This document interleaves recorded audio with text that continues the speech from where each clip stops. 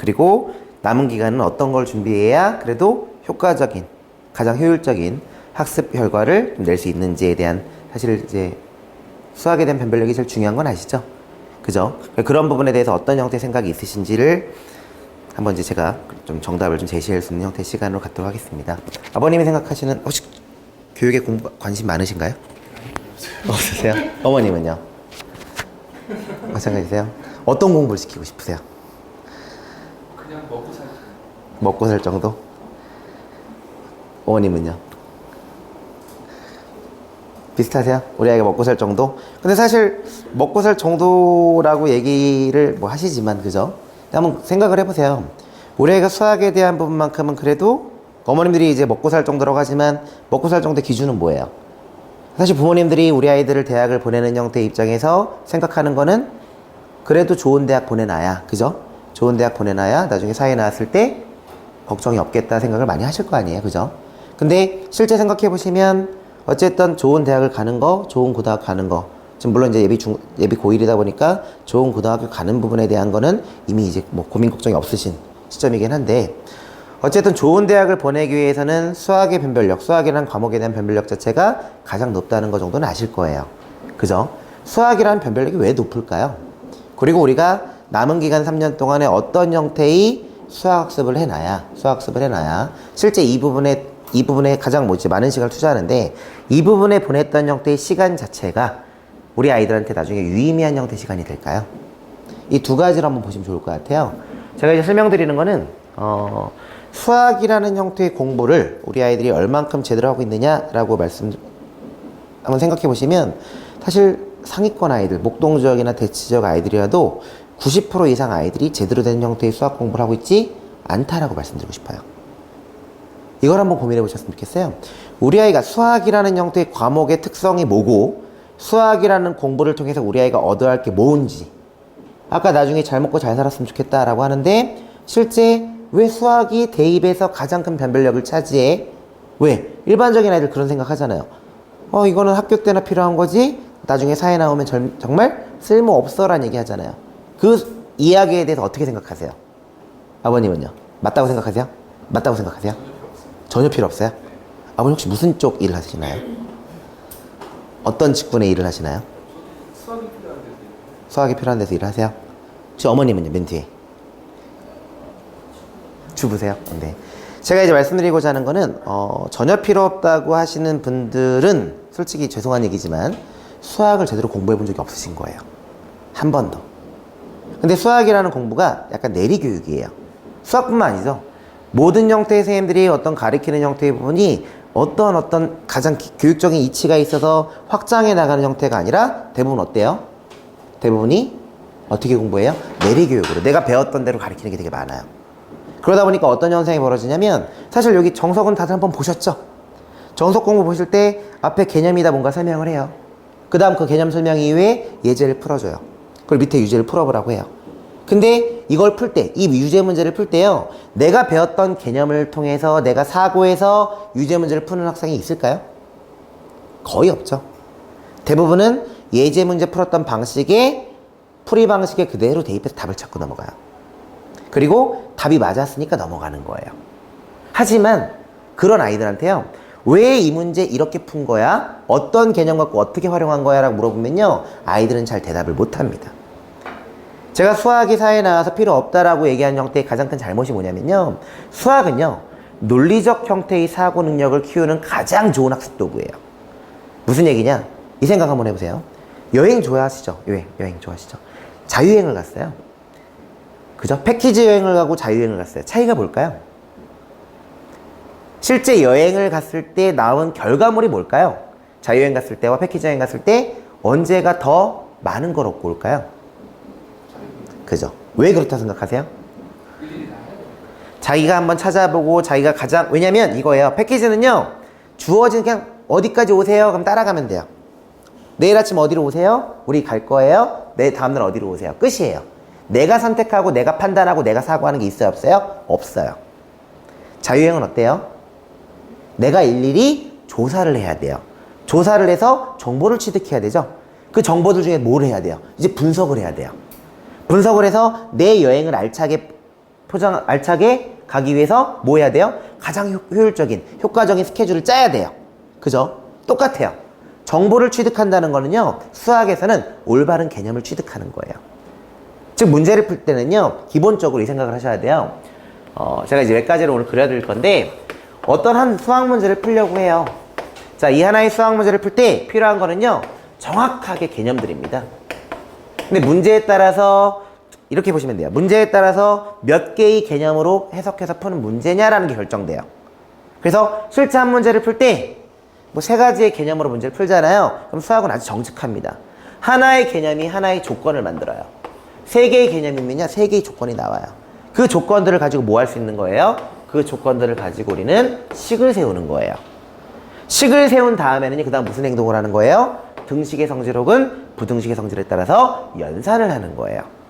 근데 우리 아이들은요, 이 생각을 하시면 돼요. 수학 공부를 하는데 이 문제가 어떤 개념으로 구성되어 있는지, 또 이 개념을 갖고 어떤 조건이 나와서 내가 문제의 식을 왜 이렇게 세웠는지를 알아가는 과정이 사실 뭐랑 똑같은 거예요?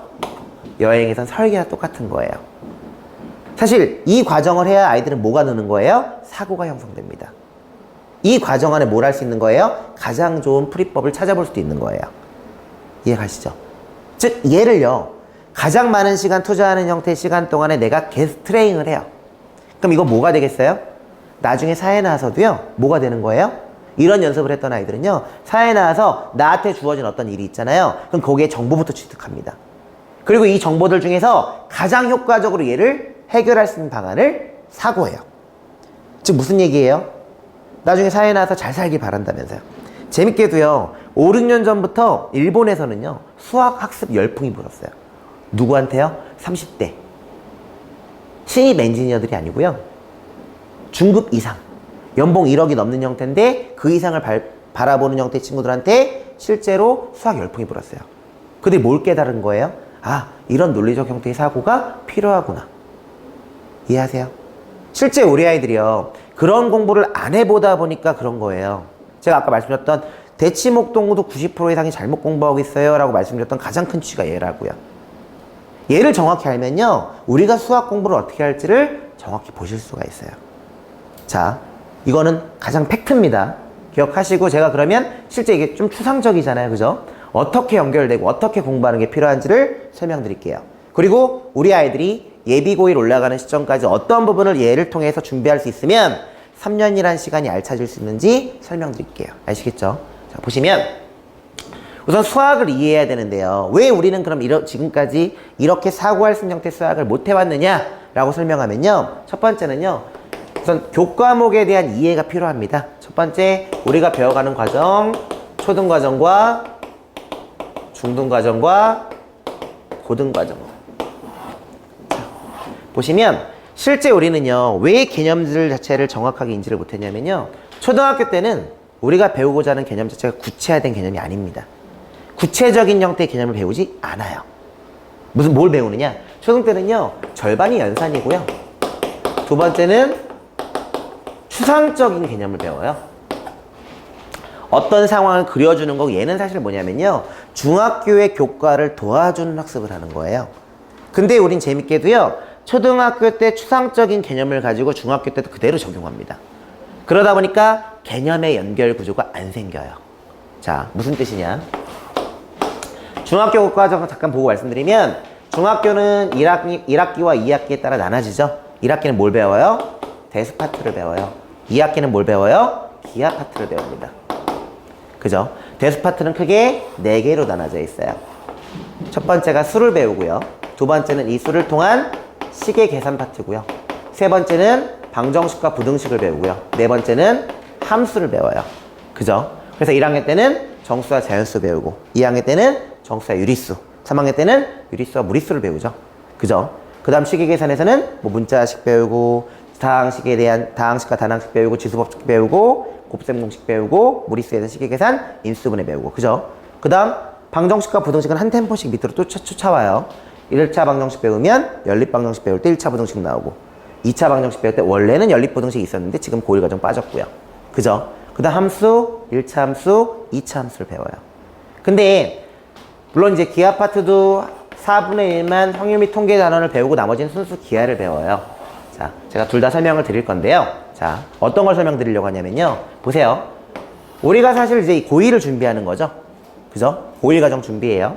고1 과정 올라가면 첫 번째 시험이 뭔가요? 가장 처음 보는 시험. 뭐 학교별 고사 보는 학교들도 있겠지만, 그죠? 겨울방학 때 불러서 아이들 테스트 보는 학교들도 많아요. 근데 기본적으로 전국 단위 아이들이 다 같이 보는 형태의 시험. 첫 번째가 뭐예요? 3월 모의고사예요. 그죠? 두 번째는 뭘 봐요? 4월 말이나 5월 초에 중간고사 보죠. 자, 말씀드릴게요. 첫 번째 보는 3월 모의고사 출제 범위가 어디예요? 중등과정 총정리입니다. 중학교 1, 2, 3학년 과정이 전체예요. 자, 근데 재밌는 통계를 들어보셨을 거예요. 무슨 통계를 들어보셨냐? 3월 모의고사에서 1등급을 받았던 친구, 실제 1등급 맞았던 친구들이 고3 수능에서 1등급 맞는 확률, 1등급이 안 나올 확률은 4%밖에 안 됩니다. 무슨 얘기냐? 실제로 이게 상위 등급 형태인데 뭐를 보셔야 되냐면요. 고1 때 3월 모의고사 봐서 중등과정 봤던 애들이 1등급 나왔던 애들이 고3 때 1등급이 안 나올 확률이 몇 프로밖에 없다고요? 4, 5%밖에 없다고요. 왜 이런 현상이 벌어지냐면요. 기본적 이걸 보셔야 돼요. 자, 고1 과정에 대한 단원을 한번 볼게요. 고1 과정에 그냥 기본적 정석 많이들 보셨으니까 정석으로 단원 얘기 드리면 1단원이 뭐냐면요. 곱셈 공식이에요. 1단원 곱셈 공식이에요. 2단원이 인수분해예요.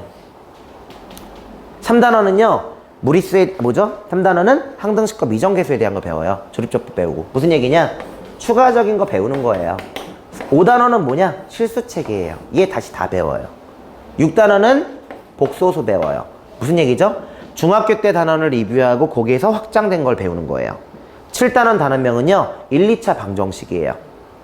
8단원, 9단원은 2차 방정식의 판별식, 2차 방정식의 근과 계수의 관계 배웁니다. 10단원은 2차 방정식 및 2차 함수를 배워요. 11단원부터 15단원까지 가서 정석은 15단원까지 돼 있거든요. 11단원부터 15단원까지가 다 뭐냐? 11단원이 3, 4차 고차 방정식 해석 배우고요.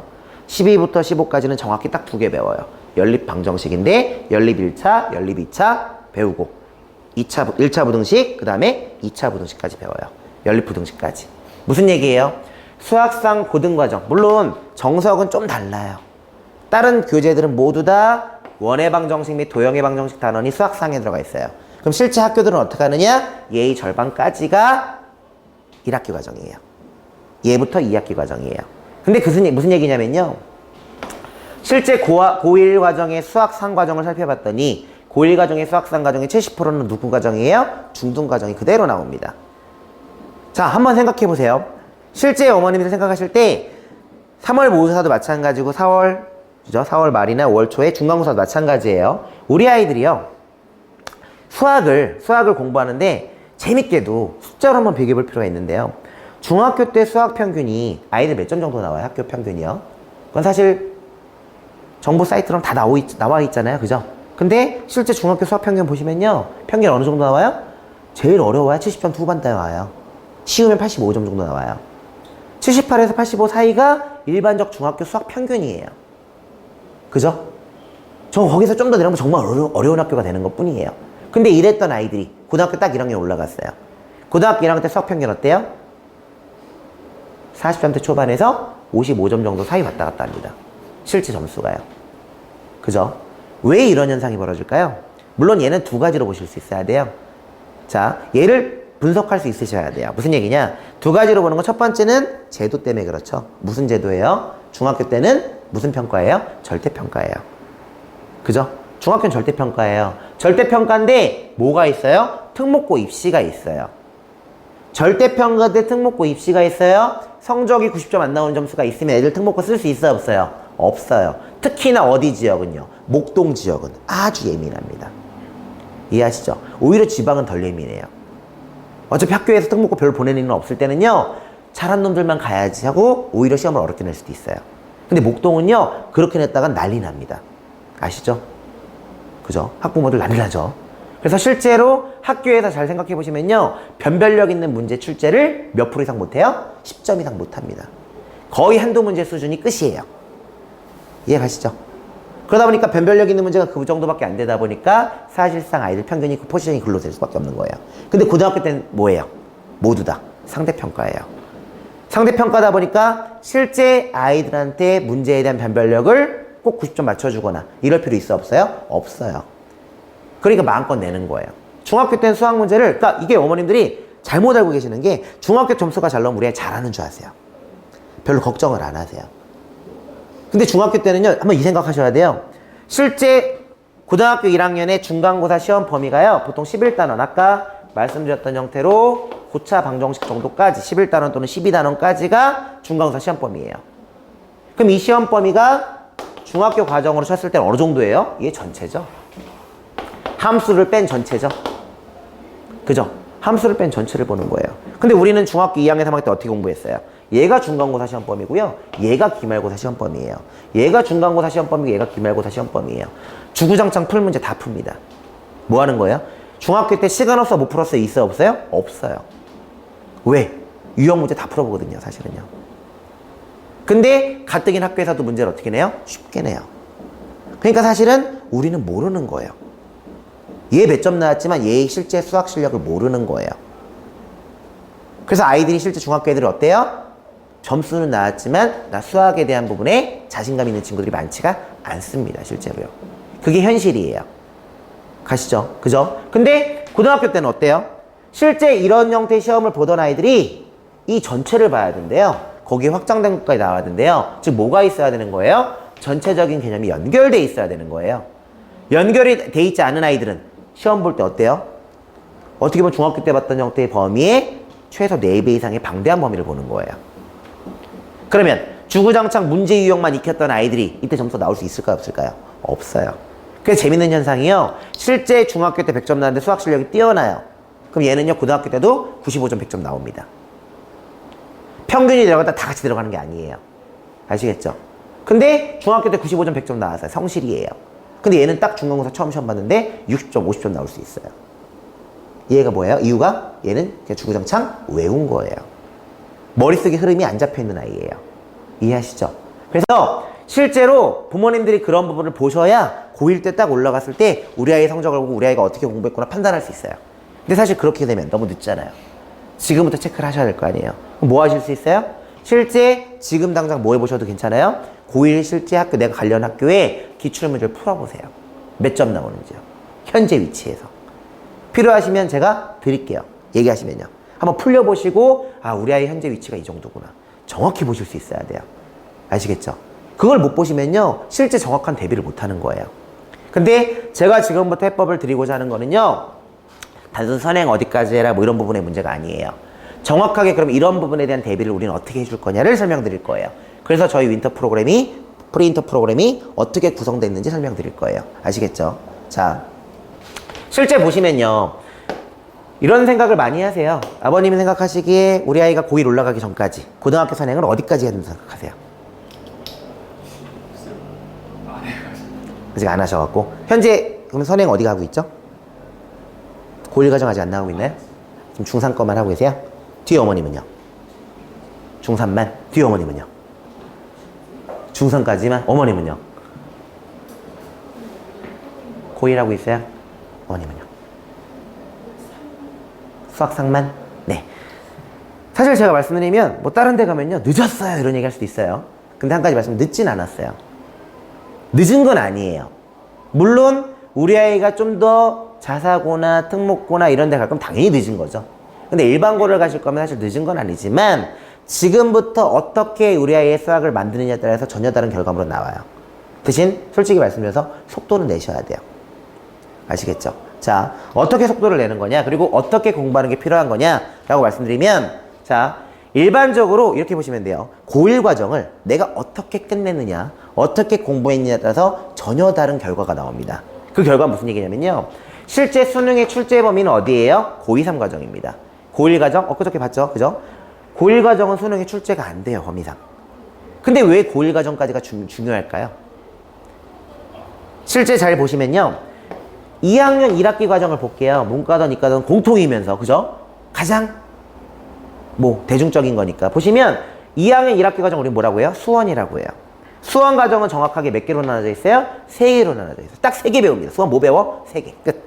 뭐 배워? 첫 번째 지수로그 배워요.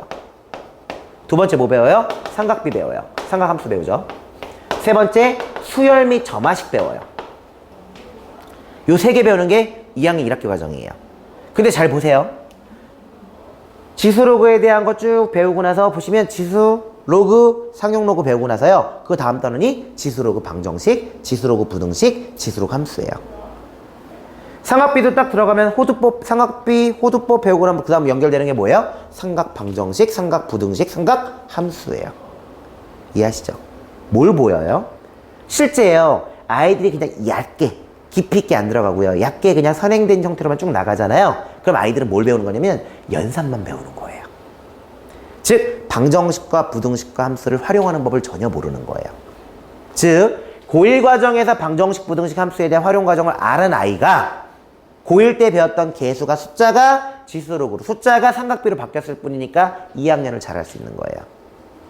즉 어머님이 생각할 때 야 우리 아이 선행 쭉 나갔더니 수학 수원하고 있더니 수능 문제 봤더니 뭐 3등급 나왔어. 뭐 지금 3등급 나왔으면 앞으로 1등급 올라가겠지. 천만의 말씀입니다. 무슨 얘기예요? 수능의 실제 문제에 대해서는 이렇게 보시면 돼요. 수능은요 1등급과 2등급 차이는 딱 뭐예요? 무조건 킬러예요. 킬러 3문항 중에 2문제 이상 맞으면, 즉 1문제 이상 맞으면 1등급이에요. 그죠? 무슨 얘기인지 아시죠? 셋 다 틀리면 몇 등급이에요? 2등급이에요. 나머지 다 맞는 전제 조건하에. 지금 커트 같은 거 나오실 거예요. 일반적 수능 1등급 커트가 몇 점이에요? 시험 문제가 어려우면 89까지 내려오고요. 일반적으로는 91, 92에 퍼지네요. 93 나왔다. 그럼 뭐예요? 엄청 쉬웠다는 얘기죠. 실제 킬러 문제가 변별력이 없었다는 얘기죠. 이해 가시죠? 그럼 킬러 문제 3문제 21, 29, 30번 중에 1개 이상 틀리면 2등급 나오는 거죠. 이해 가시죠? 그리고 보통 자 보세요. 그리고 일반적으로 수능 같은 경우는 지금 EBS 연계를 좀 뺐다고 하지만 기존에 몇 프로까지 갔었어요? 70%까지 갔었어요. 그죠? 일반 그냥 정책이었잖아요. 70%까지 갔었단 말이에요. 그러면 사실상 우리 아이들이 문제를 풀 때 시간을 소진하고 시간을 뺏기는 형태의 문제는 뭔 거예요? 킬러 문제인 거예요. 그죠? 킬러 문제 다 틀리고 내가 일반적인 문제들 중에서 한두 문제 틀렸어요. 그럼 몇 등급이에요? 3등급 이하로 떨어진다고요. 근데 실제 목동 지역 고등학교 내신들의 일반 변별력 있는 형태의 문제들은 어디에 포진되어 있겠어요? 이 1, 2등급 쪽에 다 포진되어 있어요. 실제 목동 지역은요. 이렇게 보시면 돼요. 강서구 같은 경우 강서구가 사실 목동에서 수학을 제일 잘하는 학교죠. 잘하는 애들이 많이 몰린 학교 맞아요. 그죠? 내신 몇 등급 정도까지가 수능 1등급 나올까요? 기본적으로 4등급 정도까지 나와요. 3.5등급 정도까지가 수능 1등급 나와요. 모의고사는요. 아시죠? 그런 걸 보실 수 있어야 돼요. 근데 제가 이 말씀 왜 드리냐면요. 내가 중3 때 선행 나가서 수능시험 봤더니 선행 다 끝내서 수능시험 봤더니 3등급이야. 근데 이 친구는요. 수학상에 대한 깊이를 안 만들면요. 고3 때까지 3등급입니다. 운 좋으면 2등급. 즉 무슨 얘기냐? 제대로 된 형태를 사고할 수 있게 만드는 형태의 부분이 어디까지? 수학상까지. 좀 더 나가면 수학학까지. 여기를 얼만큼 깊이 있게 나가느냐가 가장 중요한 도구예요. 뭘 위한? 1등급을 가르는 가장 중요한 도구가 되는 거예요. 아시겠죠? 이게 실제 문제를 깊이 풀 수 있는 형태예요. 그래서 우선 첫 번째는요. 그리고 이렇게 보시면 돼요. 이거를 깊이 있게 할 수 있는 아이들은 수학을 이제 제대로 아는 거예요. 아는 아이가 선행을 나갈 때도 제대로 배우는 겁니다. 모르는 아이들이 선행을 나갈 때는 어때요? 또 겉핥기로 배워요. 수박 겉핥기식으로. 그렇기 때문에 나한테 도움되는 공부를 하는 게 아니라 뭐 하는 거예요? 똑같이 처음 말씀드렸던 것처럼 경험 쌓는 공부만 하는 거예요. 아시겠죠? 그래서 그 부분을 정확하게 인지를 하셔야 돼요. 자, 그러면 제가 실제로 들어와서 설명드릴 거예요. 뭘 예시를 드릴 건데, 그러면 실제 아까 말씀드렸던 것처럼 우리 아이들이 어떻게 개념을 쌓고 이 개념들을 어떻게 연결해야 되느냐, 그리고 이게 왜 필요한지에 대한 걸 설명드릴 거예요. 하나는 대수로, 하나는 기하로. 학생 뭐부터 할까? 대수부터 할까? 기하부터 할까? 최근에 했던 게 기하지? 그지? 중3이죠? 맞나요? 기하부터 한번 해볼게. 질문 좀 할 수도 있어. 괜찮아요. 그냥 틀려도 괜찮습니다. 자, 사실 기하 파트 제가 잠깐 설명드리면요. 3가지를 배워요. 1학년 때 배우는 게 기본도형, 평면도형, 입체도형. 제일 중요한 건 기본도형과 작도에 얘가 제일 중요합니다. 근데 우리는요. 사실 작도부터 제대로 배우고 넘어가는 경우가 거의 없습니다.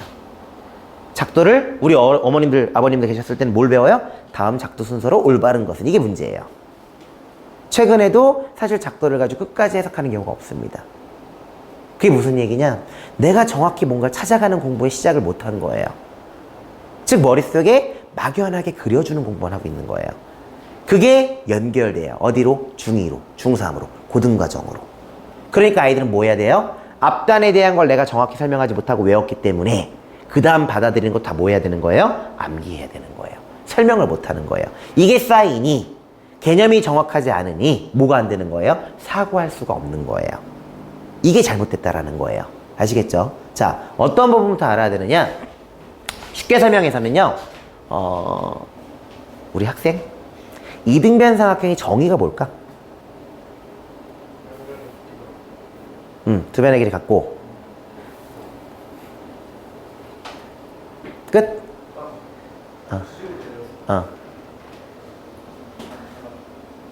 직각이고. 자, 제가 재밌는 형태의 실험을 한번 보여드릴게요. 이등변 삼각형 정의를 우리 어머님들이 좋아하시는 객관식으로 해드릴게요. 1번은요, 두 변의 길이 같은 삼각형이에요. 2번은요, 두 밑각의 크기 같은 삼각형이에요. 3번은요, 두 변의 길이 같고 두 밑각 크기 같은 삼각형이에요. 몇 번일까요? 3번이다. 손 한번 들어봐 주세요. 두 변의 길이 같고 두 밑각 크기가 같은 삼각형이다. 그죠? 그죠? 2번이다. 두 밑각 크기 같은 삼각형이다. 1번이다. 두 변의 길이 같은 삼각형이다. 자, 3번은 5분, 2번은 1분, 1번은 아무도 없어요. 자, 제가 말씀드릴게요. 우리가 개념을 제대로 못 배웠다라는 게 이런 부분이에요. 잘 보세요. 뭘 설명드릴 거냐면요. 이게 수학은 학문입니다. 수학은요, 사고를 시켜주는, 사고를 확장할 수 있는 가장 좋은 도구예요. 그래서 사실 수학의 변별력이 제일 높은 거예요. 근데 우리는 얘를 얘의 본질대로 공부하지 못하고 있는 거예요.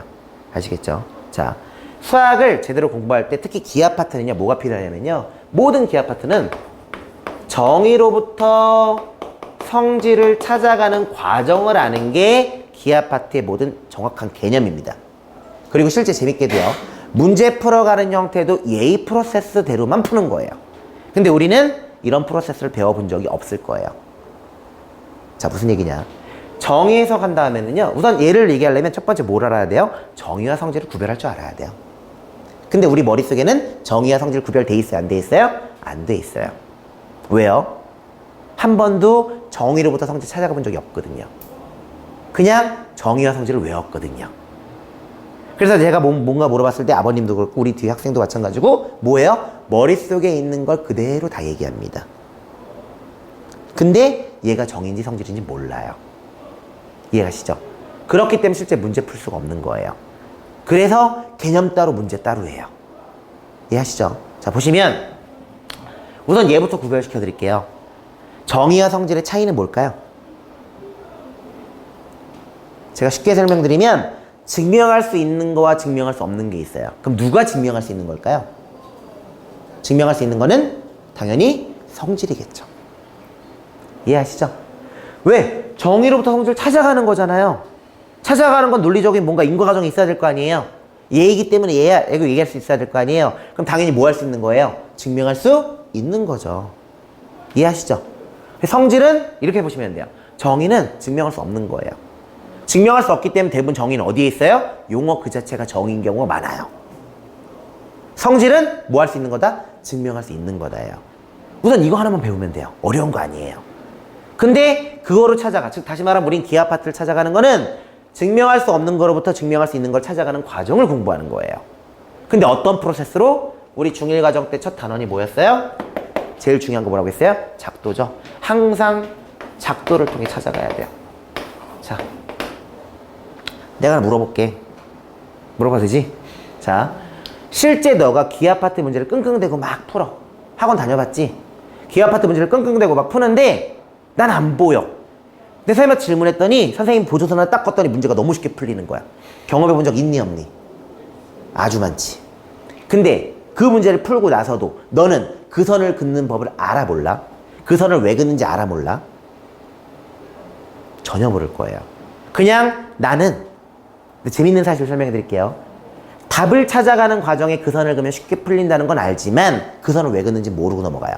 그렇기 때문에 다음에 기하 파트 어떤 문제를 풀더라도 난 뭐 하는 거예요? 또 선을 못 긋고 있는 거예요.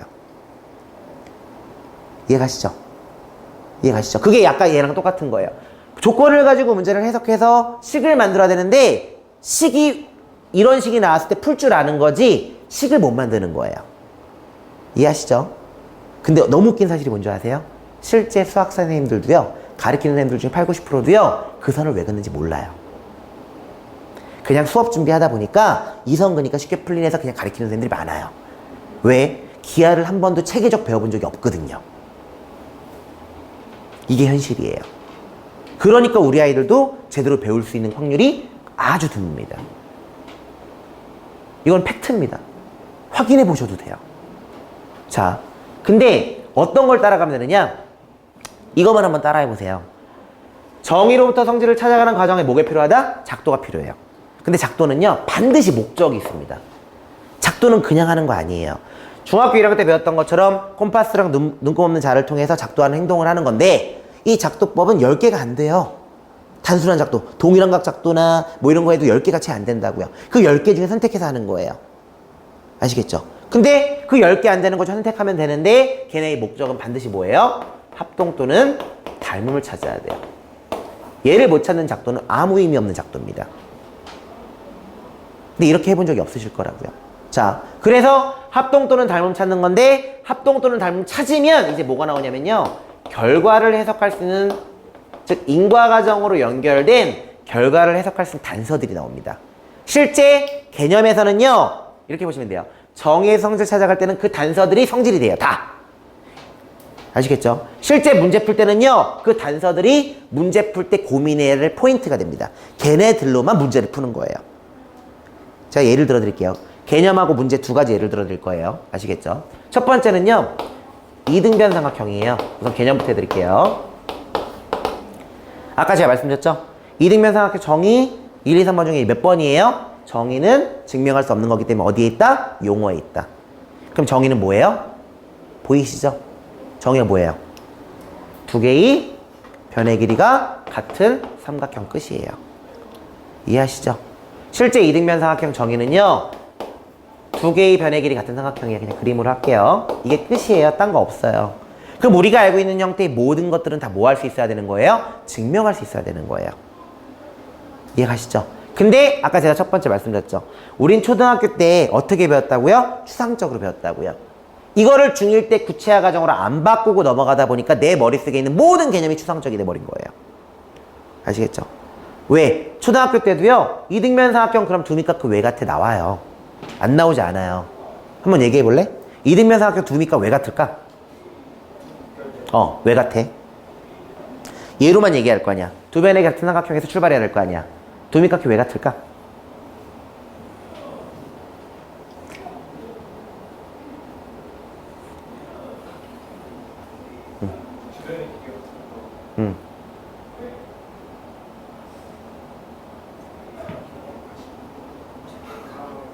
이거를 초등학생들한테 물어보잖아요. 당당하게 뭐라고 얘기하는지 아세요? 초등학생이나 중1 정도 아이들 물어보면 당당하게 이등변 삼각형이요? 두미가 왜 같아요? 이등변 삼각형이니까요. 혹은 두 변이 같으니까요. 이렇게 얘기하면 끝입니다. 뭐예요? 아무런 인과과정이 없어요. 이해하시죠? 이건 개념이 아니에요. 그냥 외운 거예요. 이해하시죠? 자, 무슨 얘기냐? 이등변 삼각형의 두미가 왜 같으냐라고 초등학생이 물어보면요, 추상적 과정은 뭐라고 나오냐면요, 이등변 삼각형은요, 선대칭 도형이에요. 대칭축에 따라 나눠져 있던 두 개의 삼각형은요, 겹쳤을 때 완전히 포개어져요. 뭐예요? 대칭축, 선대칭 도형이란 추상화 과정과 합동의 추상화 과정을 암시해 준 거예요. 근데 얘를 우리는 어디에서? 중1 과정 때 작도를 배움으로써 얘를 뭐 해야 돼요? 재해석을 할 수 있어야 돼요. 논리적 해석으로 바꿔야 되는 거예요. 지금 무슨 얘기냐? 대칭축을 뭐 할 수 있으면 되는 거예요? 작도 조건에 따라 작도하면 되는 거예요. 이게 어디서 나와요? 1학년 때 우리가 작도 배웠죠? 2학년 때 첫 단원이 뭐예요? 확률 빼고 나서 첫 단원이 삼각형의 성질이에요. 여기서 이등변 삼각형 나와요. 즉 중학교 1학년 작도했던 걸 통해서 얘로 가는 거예요. 그럼 가시면 실제 작도법에 따라서 얘를 작도하는 방법, 대칭축 작도하는 방법이 많아요. 수학은 풀 수 있는 방법이 되게 많거든요. 그래서 콤파스 돌리고 여기서 돌리고 여기서 돌려서 이렇게 연결하는 가계이등선 내릴 수도 있고요. 수순회발 작도할 수도 있고요. 혹은 밑변의 중선을 작도할 수 있어요. 중점을 연결하는. 근데 그 결과, 작도의 결과는 항상 뭐라고요? 합동 또는 닮음 찾는 거라고요. 근데 합동도는 잘못 찾는 건데 보세요. 얘 길이 같았고요. 이등변 삼각형이니까. 가계 이등분선 내렸으니까 이 끼인각 같겠죠. 그 다음 얘 공통이에요. 무슨 합동이니? 내가 아까 생각해보는데 SAS 합동이죠. 이것까지는 아시겠죠? 길이, 끼인각, 길이. 맞죠? 자, 이게 무슨 얘기냐? 합동도는 닮음 찾았죠? 그죠? 근데 합동도는 닮음 찾은 순간 얘 때문에 합동됐어? 그래? 합동이면 뭐가 돼요? 합동이면 모양과 크기 같기 때문에 대응하는 변의 길이 같아야 되고 대응하는 각의 크기가 같아야 돼요. 그죠? 삼각형에서예요. 삼각형에서 대응하는 변 몇 개예요? 3개예요.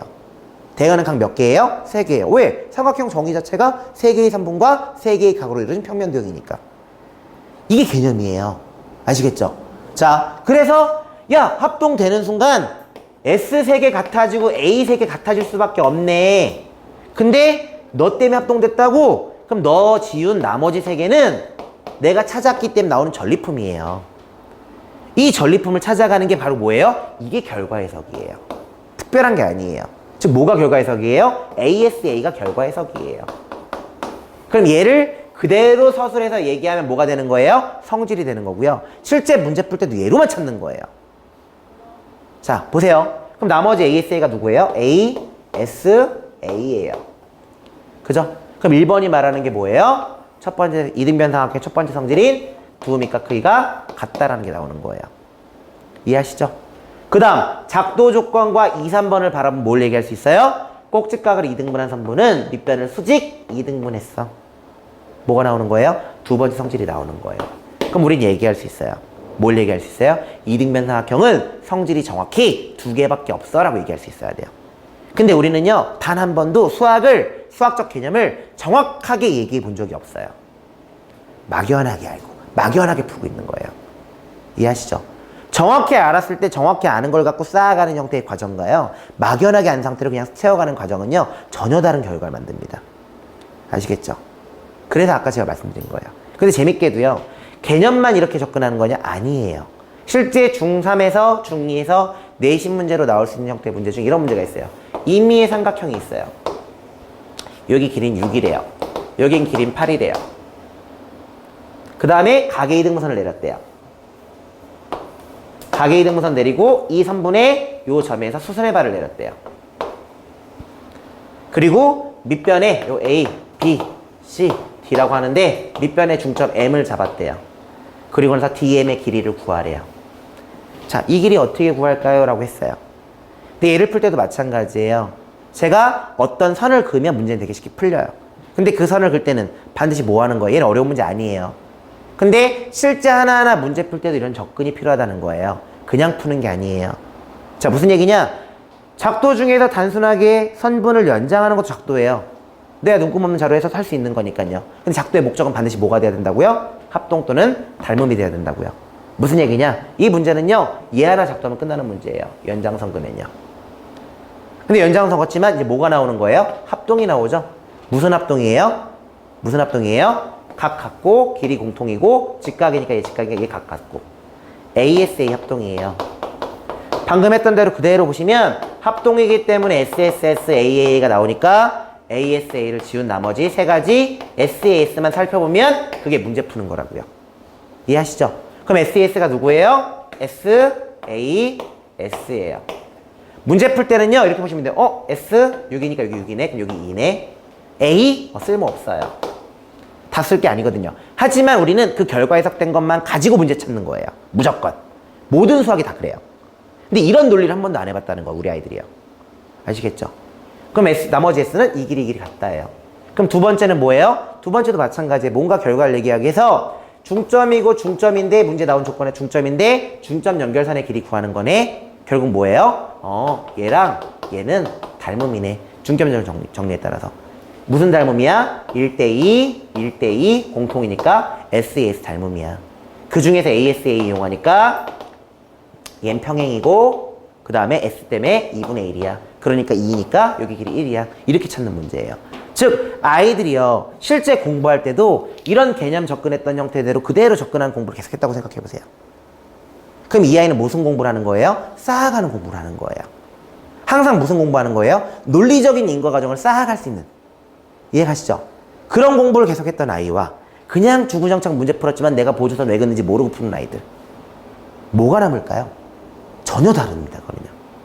실제 우리 아이들이 해야 되는 거는요. 머릿속에 뭐부터 해야 돼요? 지금 당장? 중1부터 고1까지 과정의 개념 정리가 첫 번째입니다. 두 번째는 뭐예요? 수학상 과정을 나가면서 그 수학상 과정에 대한 부분을 이런 개념으로 연계해서 논리적으로 푸는 형태 연습하는 게 두 번째예요. 이해 가시죠? 그래서 어디까지라도 우선 가야 돼요? 수학상까지는 퍼펙트하게 끝내야 돼요. 아무리 지금 늦으셨더라도. 그럼 얘는요. 아무리 못해도 3등급 이상 무조건 나옵니다. 제가 말한 건 모의고사가 아니에요. 뭐예요? 내신이에요. 아시겠죠? 그럼 모의고사 1등급 나온다는 얘기예요. 웬만하면. 아무리 못해도 운 나빠서 공부 성향 안 좋아도 2등급은 나온다는 얘기예요. 그게 바뀌어야 돼요. 그래서 실제로 저희 학원이 윈터스쿨 설명회를 진행하는 프린터를 진행하는 형태의 부분과 윈터를 진행하는 커리큘럼이 다 그렇게 구성되어 있습니다. 아시겠죠? 우리 원장님 죄송한데 저희 KSCT라는 게 있어요. 그 파일 3개 설명회 때 하는 거 있거든요. 그거만 챙겨 좀 주세요. 네. 제가 보여드릴게요. 어떤 부분 어떻게 할 건지에 대한 거는요. 그래서 실제로 이렇게 보셔야 돼요. 모든 형태에 대한 거를 접근할 때 아이들한테 지금 예비 고1이잖아요. 우선 첫 번째 체크 뭐부터 해야 돼요? 우리 아이가 중등 과정의 개념이 얼만큼 잡혀있는지 체크부터. 이해하시죠? 두 번째는 그 개념들에 대한 부분에 연결고리 만들어주는 거. 인과 과정을 체크해야 돼요. 그래서 실제 이런 형태의 개념 정리, 노트 만드는 수업 있죠? 그 노트 정리 만드는 수업을 예비 고1 대수기의 이론 정리를 제가 따로 합니다. 그리고 그거는 선택 특강은 아니고요. 실제 윈터스쿨 안에 포함되는 특강으로 제가 진행을 해요. 고1 애들만 별도로. 그러니까 제가 방학 때마다 하는 대수기의 이론 정리, 뭐 초중등 다 듣는 거 말고요. 제가 1시, 3시 타임에 고1 과정에 필요한 개념 정리 노트 해주는 수업을 윈터스쿨 안에 제가 직접 진행해요. 아시겠죠? 그래서 일부러 짜는 거예요. 애들이 돼야 돼요, 이 부분이요. 그리고 실제 제가 학기 중에 들어가면 그 아이들 대상 작년부터 시행을 했지만 그 아이들 대상 일주일에 2시간 정도 해석해주는 연습 수업 특강을 합니다. 아시겠죠? 그래서 일반적인 재연생 다니면서도 선택적 들을 수 있게끔 재연생들 혜택 받을 수 있게끔 이렇게 진행을 해요. 근데 이 부분을 제가 어떻게 잡아드리는 건지 설명을 드리면요. 요걸 한번 보시면 좋을 것 같아요. 한번 보세요. 이게 이제 지난 분기부터 저희 학원 입학 테스트처럼 이제 진행이 되는 건데 한번 보시면요. 실제 아이들이 테스트를 보러 오시잖아요. 그럼 테스트를 보러 오시면 그 테스트가 뭐가 아니에요? 기본편은 시험이 아니에요. 제가 아까 말씀드렸던 것처럼 중1 과정부터 고1 과정까지 알아야 될 개념들의 인과 과정을 뭐 하는 거예요? 블랭크는 있지만 다 보기가 있어요. 뭐 하는 거예요? 공부하는 거예요. 그래서 실제 고1, 지금 예비 고1 학생들 중3 애들 있죠? 중3 애들 테스트 보러 오면 우리 아이 선행 안 돼 있어요 라고 얘기하잖아요. 그러면 개념은 다 보게끔 해요. 어차피 기본반 출발하지만 개념은 보게 해요. 어디부터? 중1부터 중3까지요. 아시겠죠? 시험 시간은 한 3, 4시간 걸릴 수도 있어요. 만약에 우리 아이가 선행을 나가서 고1 과정까지 심화 문제까지 다 풀면요. 보통 한 6시간 걸려요. 근데 그 시간 동안 뭐 하는 거예요? 절반 이상은 공부하는 거예요. 그리고 저희가 체크하는 건 뭐예요? 이 기본과 심화가 있잖아요. 심화는 기본 문제 1번에 나왔던 개념 있죠. 찾아갔던 개념들이 심화 문제 1번으로 연결돼요. 즉 개념을 알았을 때 심화 문제를 사고하는 정도가 어느 정도 되는지를 체크해주는 시험이에요. 그래서 기본 과정에 대한 시험들 자체가 다 어때요 지금? 그냥 전체 방금 제가 설명했던 인과 과정에 대한 걸 공부하게끔 돼 있는 거예요. 이해 가시죠? 저게 실제 지난 분기부터는 저희 입학 테스트로도 활용됩니다. 그리고 실제 우리 아이들이 프린터에 들어오잖아요. 그러면 기본반은 얘부터 마스터하는 거예요. 심화반도 고1 과정 수학상 보시면 심화반은 저희가 2반 오픈하죠. 심화반 같은 경우는 기본 정석 우선 6주 동안 나가고 실력 정석 들어가잖아요. 그 6주 동안 나갈 때 주말에 부를 때 테스트를 얘로 진행하는 거고요. 걔네들은 그래도 중등과정 돼 있는 애들이니까. 기본반은요 6주 동안 이 내용 정리만 합니다. 이 내용 정리하고 이거 테스트 보고 그러니까 요거의 확장된 버전을 하는 거예요. 무슨 얘기예요? 아까 말씀드렸던 것처럼 중1부터 고1까지 개념부터 잡아주는 게 우선 1번이라는 거예요. 수학은요. 아시겠죠? 그래서 요게 안 잡히면요 그 다음이 없어요. 그거 잡힌 거를 가지고 우리가 방학 때부터 제가 아까 말씀드렸던 것처럼 한번 잡았으니까 총정리, 한번 잡고 나서 총정리해서 그게 연결되는 구조, 그걸 통해 확장되는 구조까지 설명해 주는 게 저희가 윈터스쿨 때 시스템을 설계한 과정이에요. 이해 가시죠? 그래서 그 부분을 제대로 배울 수 있는 형태의 과정이다 라고 생각하시면 수학에 대해서 이해는 좀 되실 겁니다. 네, 제가 또 궁금한 거 있으면 질문 받아드리는 걸로 하고 원래 이 설명에는요, 제 올바른 수학 수법 설명의 일부 발췌해서 필요한 것만 설명을 드린 거고요. 요 부분들 같은 경우는 사실 뭐 수학에 대한 전체적인 부분. 그리고 얘는요, 이 생각하시면 돼요. 혹시 초중등 밑에 중3 말고요. 초중등 자녀분들 계신 분들 계세요? 밑에 동생들 있다. 있으세요? 실제 연산도 똑같아요. 연산도 개념을 알고 연산하는 거랑요, 개념을 모르고 연산하는 거 전혀 달라요. 결과가요. 연산은 우리 개념 다 배웠어요. 근데 한 번도 써본 적이 없어요. 연산의 개념 뭐 있어요? 딱 5개밖에 없어요. 뭐 있어요? 덧셈 곱셈에 대한 교환 법칙, 덧셈 곱셈에 대한 결합 법칙, 분배 법칙. 근데 쓰나요, 안 쓰나요? 안 써요. 이해하시죠? 왜요? 우리가 연산하는 연산 공부할 때 다 뭐만 해요? 세로셈만 하거든요. 실제 교환 법칙, 결합 법칙, 분배 법칙은 세로셈에서 가능해요, 불가능해요? 불가능해요. 가로셈에서 가능해요. 근데 우리는 가로셈으로 이 개념을 배워보고 접근한 적이 별로 없는 거예요. 이게 무슨 얘기냐면 이런 거예요. 예를 들어 드리면 96 곱하기 25를 해봐 라고 던져주면요, 99% 다 뭐라 풀어요? 그냥 세로로 쭉 풀어 답 찾아요. 근데 얘는요, 보세요. 아까 말씀드렸던 것처럼 모든 문제를 푸는 과정은요, 모든 문제를 푸는 과정은 어때요? 식까지 설계되고 나면 그 다음 다 연산이에요. 20%는 연산이에요. 즉 우리는요, 이 생각을 하시면 돼요. 연산 속도가 빠르다는 얘기는요, 내가 수학 공부하는 시간을 세이브할 수 있는 거예요. 근데 연산 속도가 빨라지지 않아요, 대부분은요. 왜 안 빨라질까요? 우선 첫 번째는 집중력이 약한 것도 있고요. 두 번째는요, 한 번도 개념이 적용된 적이 없거든요. 그냥 내가 일반적 푸는 속도대로 풀거든요. 이게 바뀌어야 돼요, 딴 거보다. 아시겠죠? 그래서 보시면 얘를 가지고 설명을 할 때요, 그냥 얘 푸세요 하면 그냥 끝이죠. 근데 제가 얘를 가지고 얘를 3가지 방법 풀어보세요 라고 해요. 그럼 그때부터 뭐예요? 아까 그냥 96 곱하기 25 푸세요 하면은 전혀 생각을 안 해요. 그냥 습관적으로 내가 풀던 공부를 하는 거예요. 근데 96 곱하기 25를 제가 어떻게 말하면 3가지 방법 풀어보세요 라고 얘기하면 어때요? 머리에 고민하기 시작하는 거예요. 뭔가 떠올리는 고민하는 거죠. 근데 실제 얘를 풀 수 있는 방법들을 잘 살펴보면 배경식 중에 한 가지는 뭐가 있어야 되냐면 초등학교 때 배웠던 할푼리 가정 안에 5 곱하기 2는 10이고 25 곱하기 4는 100이야. 다시 말하면 100이라는 걸 끄집어낼 수 있으면 내가 훨씬 더 쉽게 풀 수 있을 거야 라고 할 수 있겠죠. 그래서 4를 끄집어내면 되겠죠. 25가 있으니까. 그럼 4를 끄집어낼 수 있는 과정만 고민하면 되는 거예요. 즉 뭐예요? 개념이 있으니까 뭐 할 수 있는 거예요? 내가 생각을 할 수 있는 거죠. 이해가시죠? 이건 하나의 쉬운 사례예요. 그럼 보시면 결국 어떻게 할 수 있어요? 100 빼기 4 곱하기 25도 할 수 있는 거죠. 그죠? 또 뭐도 할 수 있어요? 24 곱하기 4 곱하기 25도 할 수 있는 거고, 또 뭐 할 수 있어요? 96 곱하기 100 나누기 4도 할 수 있는 거예요. 근데 재밌게도요, 요 3가지 풀이 방법들 결론적 보잖아요. 그럼 얘는 뭘 통해서 풀어요? 분배 법칙을 통해서 풀어요. 얘는 뭘 통해서 풀어요? 뭐예요? 결합 법칙이죠. 앞에 2개부터 계산했던 거를 뒤 2개 계산한 게 결합 법칙이죠. 얘는 뭘로 푸는 거예요? 실제 나눗셈도 곱하기 4분을 바뀔 수 있으니까 곱셈이니까 뭐가 가능해요? 교환 법칙이 가능해요. 결론 무슨 얘기냐면 실제 이런 단순 연산을 할 때도 이 3가지 개념, 내가 알고 있는 형태 개념을 적용하고 나서 연산을 어떻게 했어요? 달라져요. 애들 주구장창 1년, 2년 연산할 때 이런 개념 적용해 놓고 나서 연산시키면 어떠냐고요? 다르다고요. 점점 빨라집니다. 수학은 똑같아요. 아까 말씀드렸던 것처럼 이런 개념을 정확하게 잡아놓고 나서 내신 기간이든 뭐든 내가 하나하나 문제 푸는 연습을 하면 어떻게 되겠어요? 점점 속도가 붙습니다. 즉 변화하는 거예요. 반복되는 형태의 시간 낭비라는 게 아니라고요. 이해하시죠? 그래서 실제 부모님들이 보셔야 할 부분은요, 개념을 얼마큼 잘 잡느냐, 중1 과정부터 고1 과정까지 개념을 얼마큼 퍼펙트하게 잡느냐가 이번 예비 고1 인터의 가장 핵심이에요. 아시겠죠? 그래서 그 부분을 잘 잡으면 수학 걱정은 덜 하실 거예요. 아시겠죠? 그리고 선택적으로 주말에 저희가 주말이나 중간 자기주도 시간에 선택적으로 필요하면 선행을 더 할 수 있게 개설을 해드려요. 하지만 그거는 저희 프리인터 윈터의 핵심은 아니에요. 그냥 부모님 니즈에 따라 추가로 할 수 있는 부분이에요. 그래서 실제 프리인터랑 윈터 때 저희가 핵심을 잡는 거는 이렇게 보시면 돼요. 누구는? 상위반, 심화반은요, 수학상 해석까지 시켜주는 거. 개념 전체 잡아주고 수학상 심화 해석까지 해주고 수학학 기본까지 나가주는 게 심화반이고요.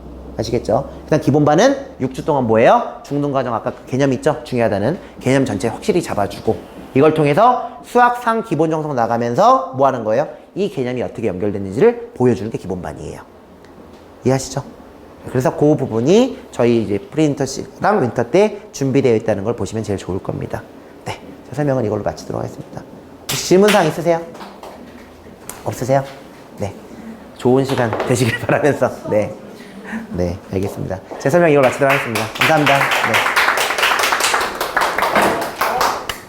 드릴까요?